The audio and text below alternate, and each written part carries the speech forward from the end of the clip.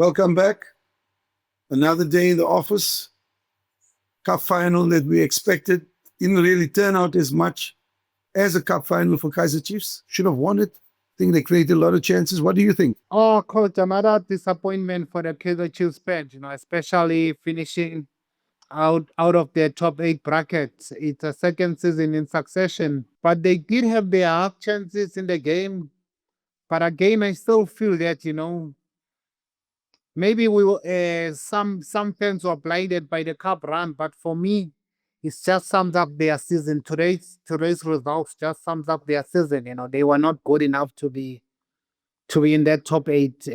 Forget top eight. A team like Kaizer Chiefs, we expect at least top four, top five.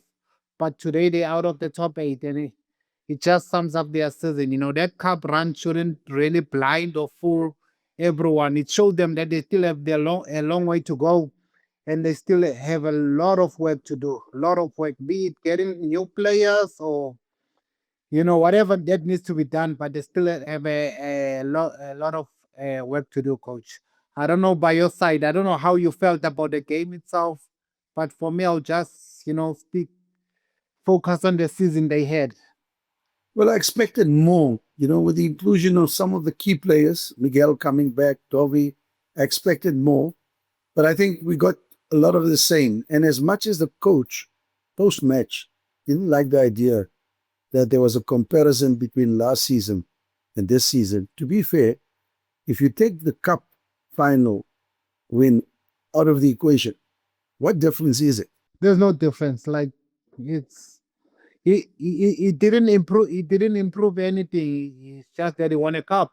And again, we talk about the box entries, and Coach Mohapi made a very key point. He said in his post-match, he said that he denied Kaizer Chiefs space. He said, give them the ball. He dealt with diagonal balls into the box. He dealt with the balls between the fullbacks and the center backs. He dealt with the second ball. That was his strategy going into this game.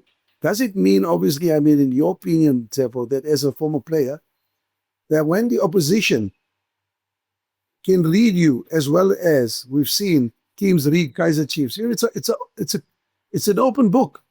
From one game to the other, they aren't able to adapt to the situation in a match that where we often say, you've got a plan A, a plan B. If the team reads you the way teams have been reading Kaizer Chiefs with that quick, explosive movement forward. One thing I must say, their movement is great, but their finishing has been a disaster. So does that say something to you that Kaizer Chiefs have become an open book to all teams in the PSL? On my side, it's easy to read, or when you analyze your opposition to understand their plays, but it boils down to quality. In my opinion, we all know what a team like Sundowns is gonna do. We all know Ribeiro, but that's having more quality gives you that slight advantage. As much as they can read you, they know your patterns or your movement. But if you have quality in the final third, they'll be able to unlock or get a goal for you. I think it it it it shows that they still lack quality up front. They still need a number nine that can make something out of nothing. In my opinion, coach. Now, I agree with you. They need I would say, a very dynamic, opportunist, if you want to call it a better word, an opportunist striker who's thereabouts, who's always in the right place at the right time. We look at strikers in the past, no frills, no thrills. They just know where to be at the right moment, and their finishing was always clinical. And I think you're right. Is that player on the cards? We'll have to wait and see, several, because there's been a lot of speculation about players that Kaizer Chiefs have been earmarking for the new season. But in my opinion, I think it's not just the striker. I think it's more than that. I think it's about getting a balance. We spoke about it in the last couple of shows, about getting that balance, about getting that synergy, about getting the right understanding between players. I think too often we see a Kaizer Chiefs that come guns blazing in every game, but they never control the tempo. They never control the space. Like Coach Mohafi was saying, we can give them the ball, but what we'll do is we'll sit back and wait for them to make errors, and look to catch them on the counter attack. And I think that's what a lot of teams are going to do come next season, unless if Coach Nabi is still there, he's got a new approach.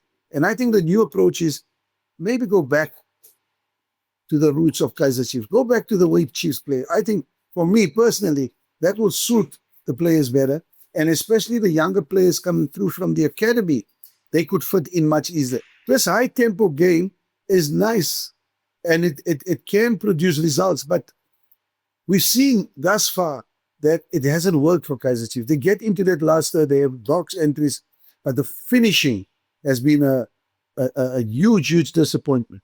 I would agree, coach. A huge disappointment because with this Kaizer Chiefs team, it's so strange. When they don't score, they don't concede. Sometimes they score and they concede. So it goes back to the point of getting the balance of the team. You need the whole balance from your defense to your attack. And I don't know what's gonna happen going forward. Uh, we're all not sure if Coach Nabi is staying or going, but but definitely there's gonna be changes. I think there's gonna be changes. I don't think as much as they've got the trophy, the Nedbank Cup, I don't think the office, the management, they happy with finishing outside the top 8 bracket and yet again.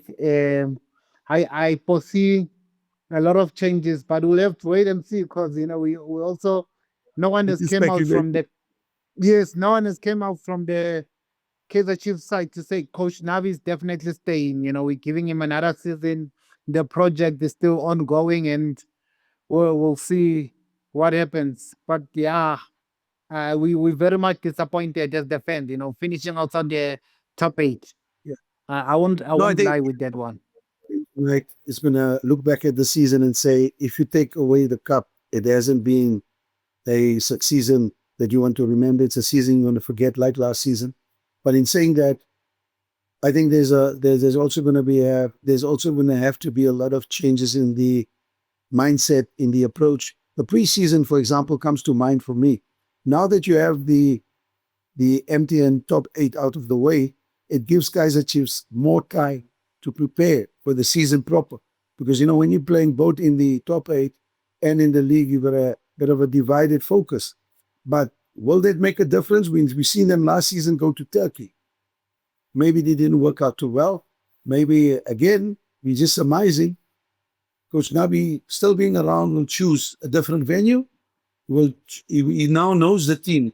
There's no ways that he can go on record saying, I don't know the players. I'm getting to know the players. It's a do or die season for him, Tsepo. And I think maybe give him a chance. But I think, again, a lot of expectation, not just about finishing in the top 8, but making sure that Kaizer Chiefs finish in the top 3. I think that was the mandate. And for the second season, that should be the outcome. What do you think? Definitely, coach. I think I read somewhere that the chairman, Dr. Kaizer Motaung, he intervened and said, let the coach finish his contract. Let him go to his second season. And it's a good thing. Again, he's been in the league now. He's been in South African Soccer League for a season. So surely it's the next season he has to deliver because we can't say he's still new, he's still adapting, learning our league, blah blah blah. What's interesting now, we'll be on the lookout of what signings do they make and who do they offload. But definitely the first 10 games of the coming season, it is still the coach, will be key for him, to say, is he the right guy? I say they should stay with him, give him the first 10 games of next season, and he will tell us, because he's settled now. He's in South Africa. He knows everything. The league, his assistant are with him, and I would say let's speak with him and give him the next first 10 games of the upcoming season, coach. 100%. And I think we must take a leave from the chairman, Braque. He's got lots of wisdom. I think he's looking further than just having to swap the coaches. I mean, Kaizer Chiefs had 9 changes in the last 10 years. That's a lot of coaches for Kaizer Chiefs. Normally, we know a coach spends at least 2 or 3 seasons at the team, sometimes longer, depending on how successful he is. But this is, I think, with the fans, with everybody, the fact that the team has won a cup, let that be something that we can look forward to. The other thing that I want to maybe get your feeling about, Tsepo, is the fact that if you look at the squad currently, there is a core of players. I think today we saw Sirino coming on very late in the game. I believe he needs to be motivated. He's a key player. He's an influential player. I don't think he's happy in his space for whatever reason. Him not starting today puts a big question mark for me personally, because I know this is an important game. This is a game that gets you into the top 8. For whatever reason the coach had, we don't know. But let's hope next season that the differences is put aside. Let's hope that everybody puts the team first, because Sirino for me is important. We've seen the reintroduction of Peterson. He had a very good game today. He made a save that was the difference between losing and winning the game, late in the game. So I think that gap has been covered now. It was good to see Hilakazi also coming on, making an impact in the game. I think with more game time, more confidence, he could be very impactful. And basically, I just believe they need to tweak the team a little bit. I think fullbacks definitely need to maybe look at one or two, another centre back to create some depth, and the midfield. For me, that's important. You spoke about the number 9. I also want to add, we need a playmaker of huge quality. Nothing wrong with Tele. Tele has been good. It's been injured. But I think we need somebody to push him, to push Mart, to push those players in midfield so that we have more competition. Definitely, coach. You know, when I look at every time when the season finishes, when you sit down and you analyze everything, you look at your squad first. You know, it's not only about the guys in the field or the core of the team. You need a strong bench. Meaning, when you look at the squad, you need a strong squad, a strong 25 guys, 20 to 25 to push, in every cup competition. Because they'll be going to Africa next season. So it brings another challenge. There's a lot of traveling and domestic fixtures, the league. You still have the net bank, you still have the Carling Black Label. So one thing that they should look at is beefing up their whole squads, making sure that they have quality on the field and outside the field. Meaning your bench, when you look at your bench, you gotta have players that you trust, that they will come on into the business. Yeah, you don't want to make subs and then you struggle. It takes the quality of the game down. So that's my only worry with them. They need to do the right signings, the proper signings. They have to get it right this time. There's no time to try or test, or they have to get it right with their signings. Look, there can't be any sentiments. There can't be any experiments. We can't be going through another learning curve. You mentioned 25 players. I think between 25 and 28, I'm saying that let's have 2 players competing for each position. 2 fullbacks, 2 right fullbacks, 2 left fullbacks, 4 centre backs, 2 on each left and right. Try to look for a naturally left-footed centre back as well, which will make playing out of the back much easier. Add to the goalkeeping department, maybe 1 or 2, because they're talking about getting rid of 1 or 2 of the keepers. That leaves gaps open there in midfield as well. When you have the 25, 28, I think that you mentioned the fact that Kaizer Chiefs is playing in Africa. You need at least 28 to 30 quality players. Now, when whoever is on the field, they need to look behind their back and say, listen, if I don't perform at my best, somebody's waiting to take the shot. That competition is going to be healthy. That competition is going to spur on everybody. And I think that will take care of what we've been hearing: player unhappiness, no teamwork, no leadership. So I think management, especially the scouting section of this team, need to sit down and strategically look at what they have on the table, what they need to add, and not make emotional decisions. I think too often players have performed well when they play Chiefs, but they're not Chiefs players. I don't know if you agree with that. In No, the I past, agree. there was a saying, if you play well against Chiefs, there's a chance you're going to get signed. I know that saying, coach. If you score against Chiefs, there's a chance you're getting signed. But as you mentioned, the scouting department working closely together with the coaches. because the coach and the scouting department, they have to share the same philosophy, the same drive of, is this the right player? Because it's one thing if the scouting but the coach doesn't agree on the signing or the player.